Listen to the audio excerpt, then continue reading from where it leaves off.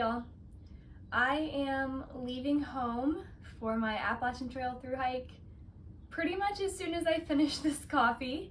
But as I was packing up my backpack today and sort of finalizing the things that I planned for my mom and my husband to bring me along the trail, I thought it might be fun to kind of go over some gear that you might be surprised that I am leaving at home. So just a few things, but the things that I brought in 2020 or I backpacked with before, I see other people backpacking with, so I thought I might explain why I'm leaving them behind. The trusty Crocs clogs. If you watched my gear video, then you already know why I'm leaving these behind. I love my Crocs, and I probably will use them later on when I need an ankle strap for river crossings, but they're so big and clunky, and it's kind of my pet peeve to have stuff dangling off the back of my pack. So to start off with, I am using these just Crocs sandals, and that is because the straps move and they pack down, and they pack inside my backpack pretty nicely. So again, until I need those ankle straps for river crossings, I'm just going to use these sandals as my camp shoes. My trusty green spork. This is the Snow Peak titanium spork. I upgraded from this green spork that I love so much to a long-handled spork. I don't eat many of the freeze-dried meals, but I do the freezer bag method for all the rest of my food. So I was sick of getting dirty knuckles and also getting my dirty knuckles in my food. So I swapped this for a long-handled spork. The Sawyer bags, because of the rate of failure of these guys, I'm just starting off with a Canuck bag. I'm a big fan of using what you already have. So if I was going to go on a short backpacking trip or one where I knew water was going to be abundant, then I might use these for a shorter trip, but I'm not going to start my thru hike with it.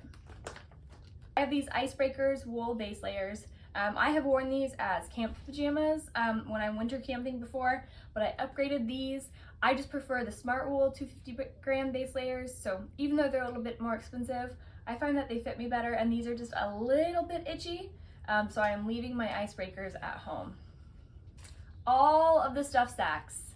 I love to have my things in stuff sacks, almost like packing cubes, and then put them in my backpack, but I'm converting that stuff really does pack better outside of the stuff sacks, and then although they don't weigh much, you can technically count them as saved weight. This is the little rubber sleeve that your hand sanitizer goes in. I see a lot of folks using these on their backpack and dangling off, and it keeps it super handy, and I have used them before, but I am just going to keep my hand sanitizer in my fanny pack front pocket from now on, so I'm going to leave this little guy at home. We'll see if I change my mind, but for now I'm going to leave it at home. This might be the most shocking to y'all, especially my other women hikers. I am leaving my Kula cloth at home. I have done about 400 miles with this. My critique is that on the Appalachian Trail specifically, for this March season, it is so wet and so cold that this hanging on the outside of your pack is just not something I then want to, with a cold, damp rag touch to my skin. It's just unpleasant to me.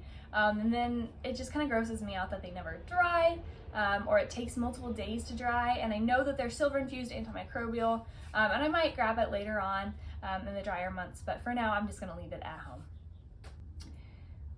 Well, I still plan to do one more video once I get down south before I start the Appalachian Trail. Until then, happy hiking!